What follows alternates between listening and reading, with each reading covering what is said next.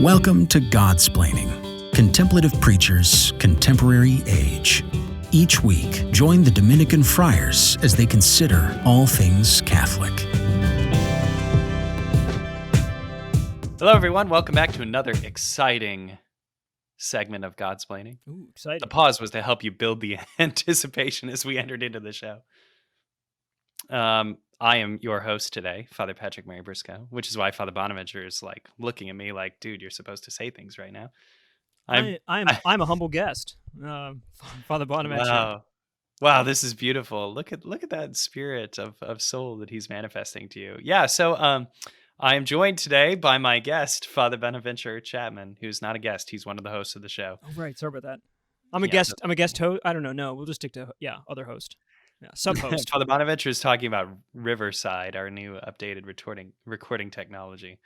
So one of us is always the host and one is the guest. It's very impressive. And you also look like we're filming you from above. So I think it's fantastic. I know, you like the high camera angle? I love this. So that's to show off that I don't have a bald spot. That's true. But lots of gray hairs. So the chaplaincy must be keeping you busy. Rough. That's right. Yeah. So I'm a chaplain at Providence College, and we're continuing to, just go forward. I was reflecting on this with another student. I can't believe that we are still instructing students in person. I did not see that happening for a long period this fall. I thought, for sure we would be closed down, and then we didn't. We made it through the fall semester, and now we've begun the spring semester, and in fact, we're quickly approaching midterms. Yeah. And March is here already, and everyone's still this and Lent is upon us, and all of this. So time just during COVID time doesn't work, right? Everything just feels the same. So midterms have just jumped on everybody, I think. Weekends feel like lunch breaks. That's fair. I think that, and then I'm so excited. I'm so excited when we'll be done with computer screens staring at for long Zoom sessions. I'm sure everyone's getting really, really sick of that. But just around the corner, hopefully, by the time you hear this, maybe it'll be over. Yeah, please. That would be awesome. So today's episode is about love. We're 3 virtues into our Back to Virtue series this Lent 2021. And we wanted to talk about the virtues because they're the core, if you will. They really are the heart of St. Thomas Aquinas' moral theology. They're very dynamic. Talking about lists of sins, less exciting, I think, because sin just kind of blends together in my mind. But the virtues are very dynamic, and each of them is very different. And we can look at how the different virtues are represented in the lives of the different saints and see something that's very dynamic, very beautiful, very different than a laundry list of sins. So if you haven't listened to Faith or Hope yet, not persons, but the episodes on the virtues of faith and hope. If you haven't listened to those 2 episodes yet, we would certainly encourage you to. Not that they will be particularly illuminating in the context of this episode, because it will stand on its own, but and higher than the other ones too. Oh, indeed, yes. Well, at least it's topic-wise, since faith and hope will not be with you in heaven, but charity or love, the virtue of love, will be with you in heaven. But more on that later. As St. Paul says, the greatest of these is Starbucks. Dominican faith. Love. Yeah. Well, this is a good point, because Dominicans, I think I'm excited about this episode to talk about with Dominicans, because Franciscans are generally love people. I think I did an episode a while back with Father Gregory Pine about Dominicans and Franciscans and the difference between the intellect and the will. And the will, of course, love is the key power, you could say, of the will. It's loving. And knowing is the key power of the intellect. And Franciscans, intellectually as well as charismatically, I suppose, are kind of will people. They're voluntarist people. They're into love. And Dominicans, we're kind of thinking people, intellect people. So we love faith. Faith is kind of our key virtue. So getting Dominicans to talk about love, I suppose, is kind of like getting Franciscans to talk about faith. Sometimes it's just nice to talk about these things. And there is, an asymmetry. Love is more important than faith, even though it doesn't always seem that way. But faith, of course, is what gets you to love. You can't love something if you don't know it. You can't know God without faith. But you don't end there. That's a little screed. But we've jumped way ahead of any sort of semblance of plan or natural pedagogy in talking about love, because love is also that word that can mean anything or anything to anybody. So if you ask a random college student at PC, Father Patrick Mary, what is love? What are they going to say? I don't know, Father. It'll be awkward, that's That for sure. that would be the response that I would get. I mean, one place that I like to start is actually through a presentation that I used to give. In high school, I was a chastity speaker. That won't surprise you about me, Father Bonaventure. And we went around to elementary school classrooms as high schoolers, right, and kind of encourage people in upright and holy living. And my bit was to do the bit about love, and I did the whole little shtick about how there are different kinds of love. You say that you love pizza, and that's not the same. That's not the same thing as saying that you love another person. And the love that you have for your parents is different than the kind of romantic love you have. And so my shtick on all of that was to make all these different distinctions about love. Mm. So I think generally though, the first impulse, the first reaction, the first thought that comes to most people's minds, and when you say what does love mean, and when I press my students, what they would say is that it's some kind of feeling, Mm. an emotional draw, that there's an impulse or an attraction that they can't quite put their finger on, that they can't quite articulate or explain. And Um, and in a sense, I want to say they're dead on. I mean, this is where the Thomist comes in and says, "You're absolutely right. Love is more than a feeling, but it's not less than a feeling, because we start out with love as a basic passion." I mean, Thomas, in his treatise on morals, you could say, in the Prima Secundae of the Summa Theologiae, starts with the passions, that these are important elements to the human person, our emotional life, you could say, as we'd say today, and then builds from there, right? So moves from the passions to something like a human love, then to the supernatural love.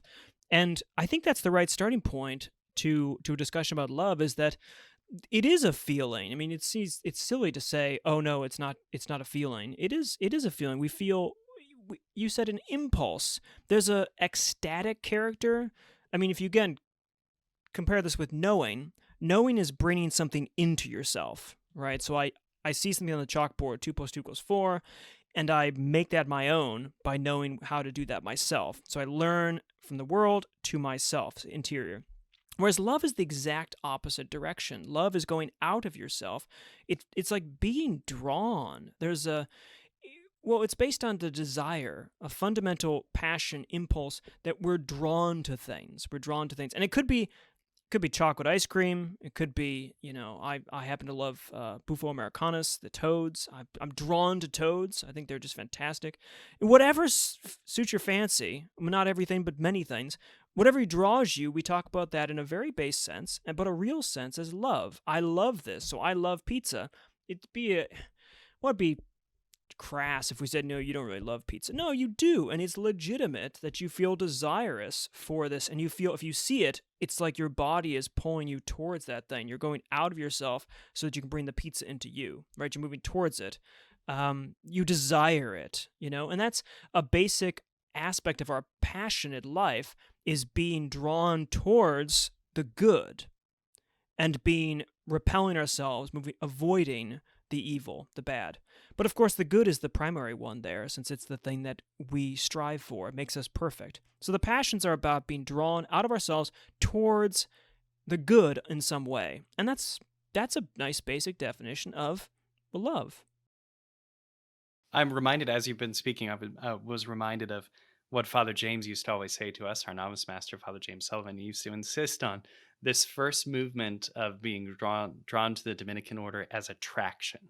Mm. And Father James insisted that attraction was a fundamentally Dominican sense, and that this first impulse to join the order, to want to know more about it, to admire its traditions, that this for him was attraction, and and that this was a suitable word to describe those first movements from within. And I remember being really shocked by that, because it seemed, I don't know, even a little bit obscene to me to allow myself to say, "Well, I'm attracted to the order," Yeah. and that represented something very profound about my own interior self, and how I felt when I found the Dominicans. I felt like I was coming home for the very first time, and so all of this is to put some flesh on this idea of love.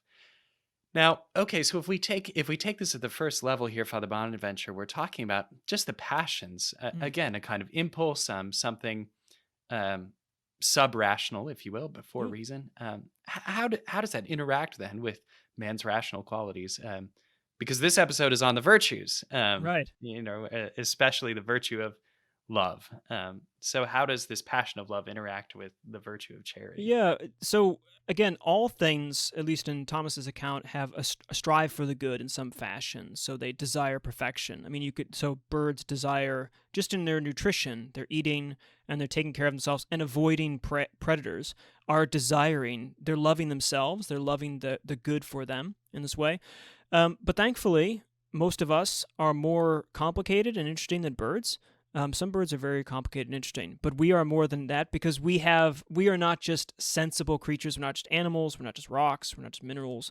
We have those aspects to us, of course, and you can't deny aspects of them, of the natural kind of sub-rational sphere, you could say. But a human being is a knower and a lover. We are rational creatures that have an intellect and a will. That's what distinguishes us, an intellect to know with and a will to love with. And that is not a separate piece of us in a sense. It's not like now that there's the passion part and then there's the intellect and will part. But the beautiful part of the Thomistic sense of things, the Catholic sense of things, is that the intellect and the will shape even the passions. So it's like a filling together. So it's not like a layer cake where you have passions on the bottom. You imagine making yourself what do you call those? A yogurt, some sort of yogurt dish. And you put like granola, Parfait. parfait, Oh, I love and you put parfait. like layers of things, right?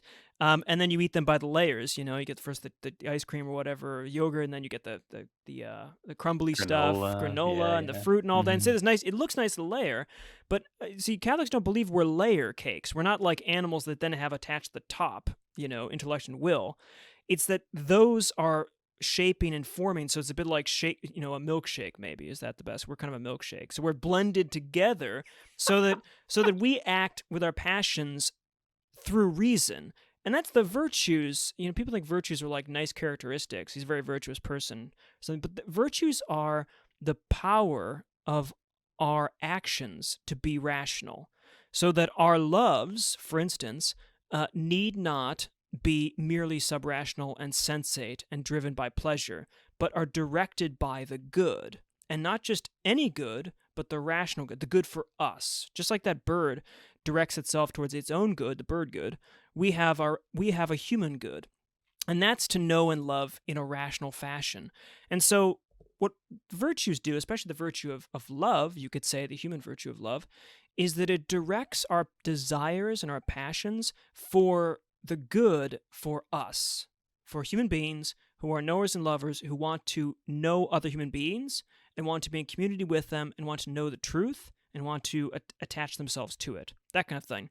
So the virtue of love draws, in a sense, the passions up into the rational life, doesn't separate from them. And those passions are then, you could say, illuminated, heightened, elevated into our feelings of, love and joy for intellectual things.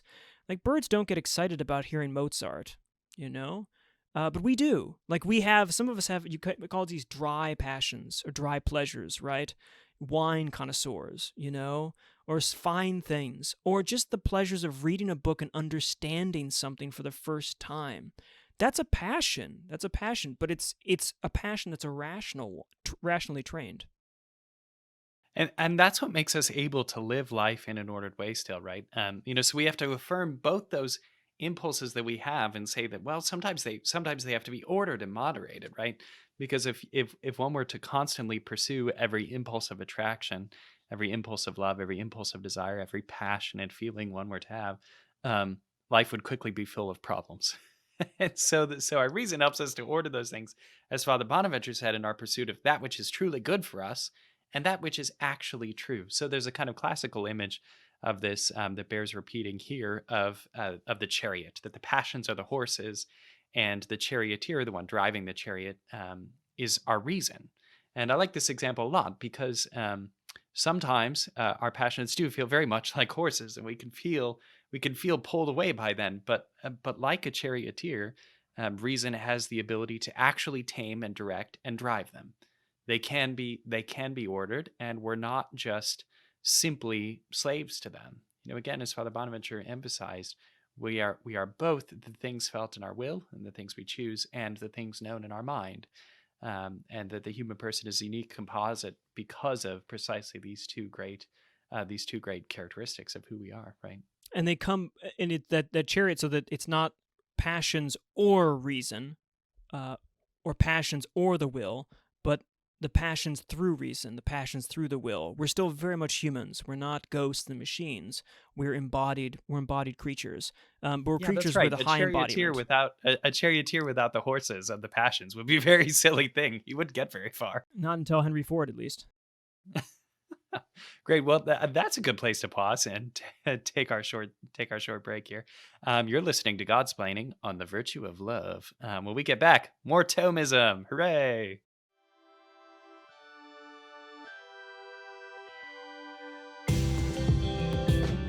You are listening to Godsplaining. Visit us at godsplaining.org to listen to our episodes, shop our store, and donate to our podcast. All gifts go to improving the podcast and bringing the gospel to more listeners. Thanks for your support. Welcome back, friends. You're listening to me, Father Patrick Briscoe, and my guest, not really a guest, another host of the show, my co-host today, Father Bonaventure Chapman. And we've been talking about the virtue of charity, which you managed to remember, the virtue of love. Well, we haven't really yet, though, and that's a nice point here. We've been talking about, in a sense, love, but of course, the virtue we talk about is caritas, charity, which most people I assume with like charity as in giving things to the poor or charity work or something. But for us, it's the essential virtue, which builds up above from this love aspect. It's love of the divine. So we need to make a shift now from this human level and the human goods of communion, sociality, truth, and all these sort of things to what's really behind them. Because the virtue, this is a theological virtue of charity, of love, which means that it aims at God, theos. So how best to describe this transition phase, or can we make sense of this? What's the point of it? Well, that's true. One of the great moves that Thomas Aquinas uses is friendship, right? And friendship, analogous, we understand on the natural level is simply willing the good for another. In the supernatural level, it is loving God as that which is beyond us, as that good which perfects us. That this love that human beings can have for God is the most radical and powerful kind of friendship that we can know. Ever, because it exists not just on this side of eternity, but that's actually what eternity is: loving and longing and delighting in and being with that good for us, which is God. So I think one of the keys here is this understanding of friendship, which has both an understanding at the natural level, and then, as like Father Bonaventure is saying, as we start to talk about what the virtue of charity is, that is supernatural love. That the virtue of charity is fundamentally a friendship, a bonding, a union between human beings and God. But Father Pettimary, why would we want to be bonded in friendship with him? I mean, can't we just be in friendship with each other and live virtuous lives? Like, what is this? We talked about the layer cake of passions and then rational. It feels like, is this another layer cake? Are we actually adding a layer onto this thing? Or is this friendship with God that charity aims at, that our knowing and our loving directed towards him and not just to others around us, let alone pizza, all those being good? What's the point? Does it really do anything for us? Can we make a milkshake out of this, or are we stuck with a yogurt parfait? This is great. Milkshakes or yogurt parfait? No, I'll choose milkshake. And I will say that the milkshake is animated by divine things, and that what we long for, right, is infinite divine things. What we long for is eternal divine things, and infinite and eternal. I'm just kind of playing around with as divine, right? Because you. Infinite natural things, complicated, right?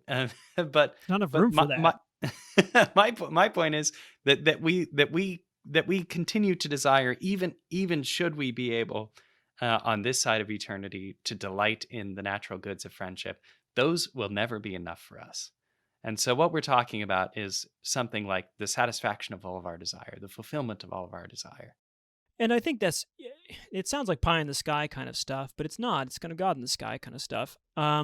It's that this desire for the infinite. I think that's right. That love has this. That when people say, "I love you," when someone actually when speaking the highest, not just like "I like you" or "I'm attracted to you," or those are lower levels you could say, but they don't put a little caveat on it. Usually, it's not in wedding vows. You don't say, "I'll have you for as long as I like you," or as long as you're nice to me, or as long as the money's there, as long as people, even though people don't always fulfill and live up to this goal, people who say "I love you" mean it in a kind of unconditional way.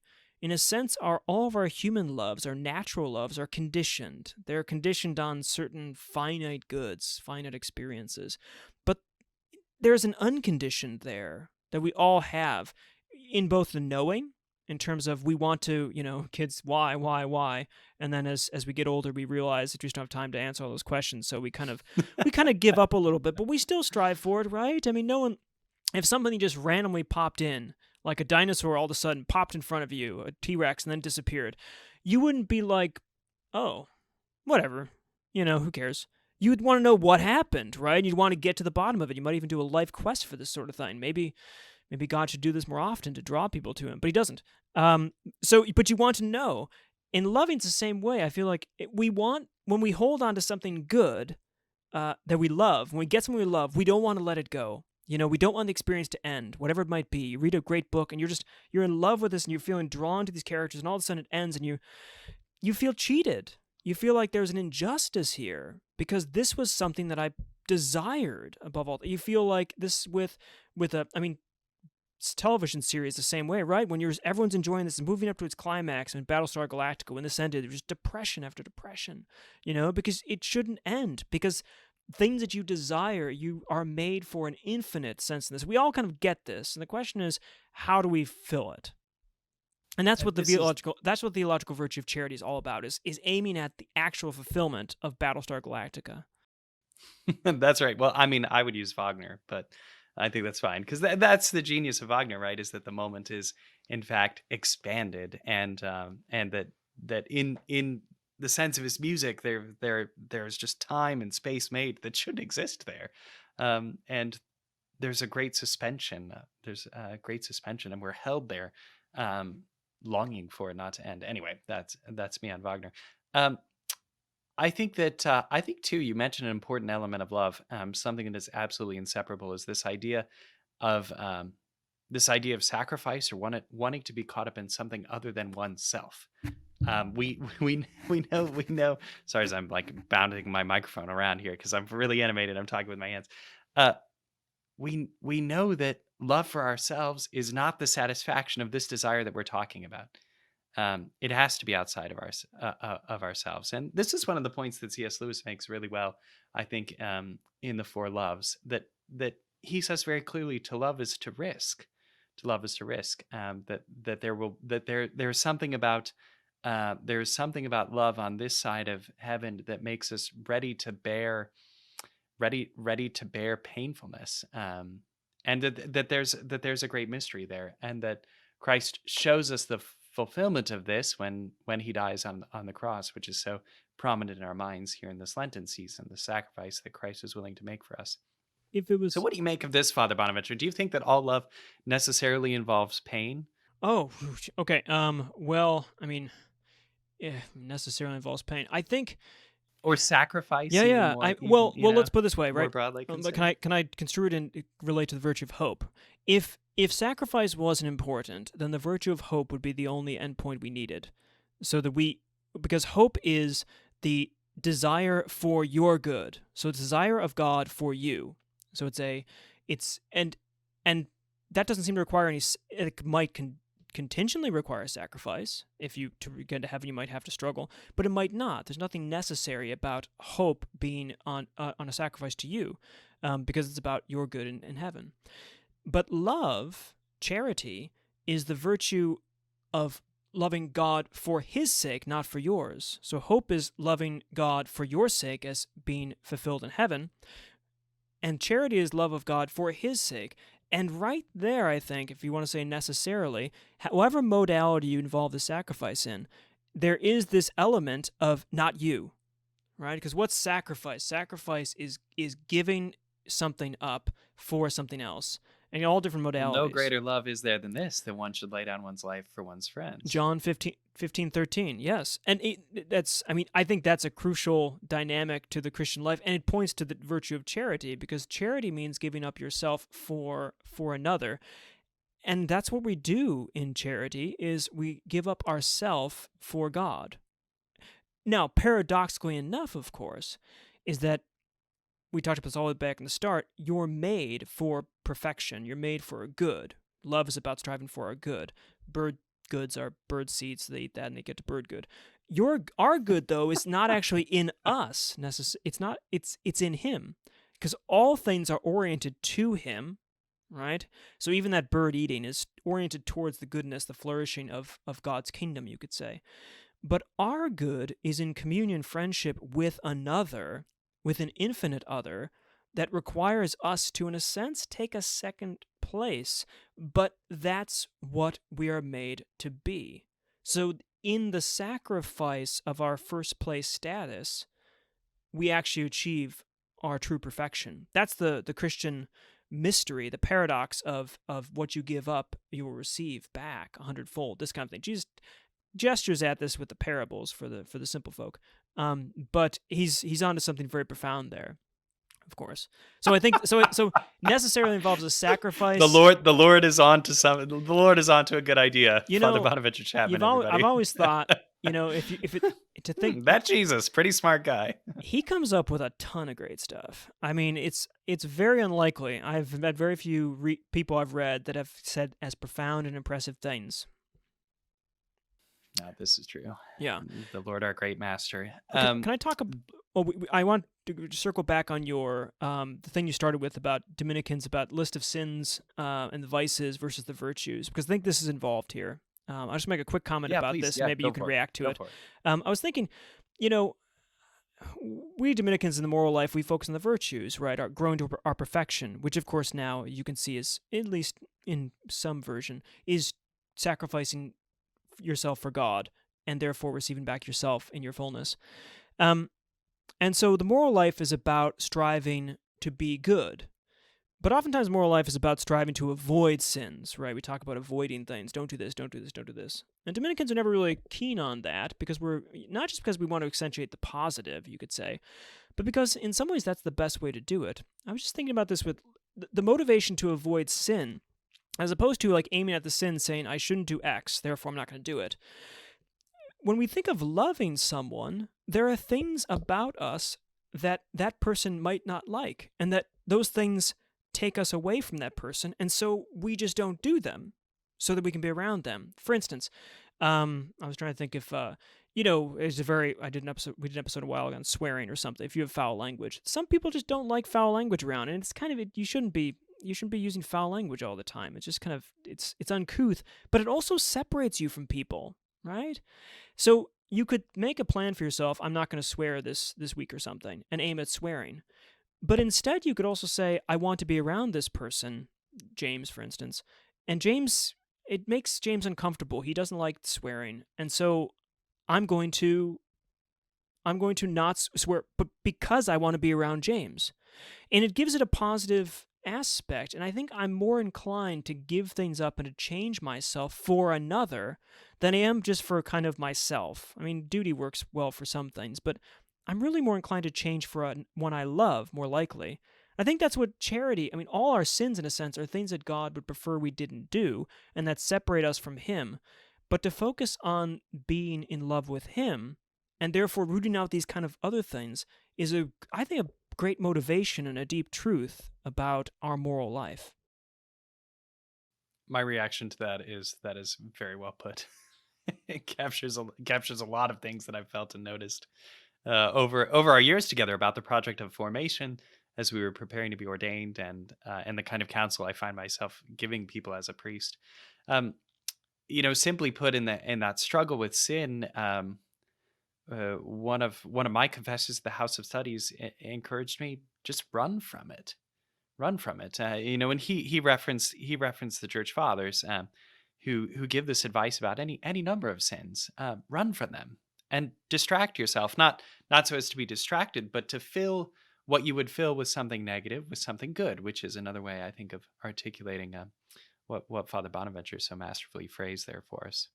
Yeah, and I think it's about the theological virtue of charity. Then is not then just kind of our feelings towards God by ourselves in the chapel in the dark. It's not an individual kind of, although it is that's crucial, but it trickles down, again, it's not a layer cake, but the virtue of love, charity, then orders all of our lower things, all the way down to the passions about what we even desire, because all of those lower levels can become roadblocks to actually loving him. And I think if you don't live the virtuous life, or you don't intend it, or you don't aim for it, one, you won't be open to his grace, but you won't be open to his love. And of course, we should say finally that this is not a works project. The Dominicans aren't really big into works projects. We point out what has to happen, and then we ask the Lord to do it because we can't. So theological virtue of charity, this love that milkshakes you, if that's a verb, that's something that's given by God. It's worked out in us. We have to be open and receptive to it. We have to be in that blender. But he's the one who pushes kind of start on it. He's the one who does that. So it's something we can even pray for. To ask for this reordering so that actually we can love him, which many people may have never really experienced, not to experience the love of God. What a deep tragedy. This is a great place to end this episode. Thank you, Father Bonaventure, for being on my show today. Oh, you're welcome. You can have me back anytime. So that's good, since you're a co-host. For our listeners who are joining us, we thank you for sharing these episodes. Maybe you want to share this episode with someone you love, and so demonstrate to them your love for them and your love for God by saying, hey, I listened to these guys talk, and it was a great penance, and I love God more because of it. Sacrifice. So do that. Please follow us on social media, like and share the podcast. Watch on YouTube. You can see all kinds of great facial expressions. Thanks to cameras, etc. We also have merch available, so you can find the link to that on our website, godsplaining.org. Any purchases or donations made to the podcast, we're very grateful for, and those continue to support our improving quality of performance. Not really of content. What we do is what you get, but certainly in terms of quality of production. So please know, as this Lenten season continues, of our prayers for you, and of our hope to see you one day rejoicing in that charity which never ends. Amen. Thanks for listening to Godsplaining, a work of the Dominican friars of the province of St. Joseph. Follow us on Facebook, Twitter, and Instagram. Leave a review on your podcast app, and visit us at godsplaining.org.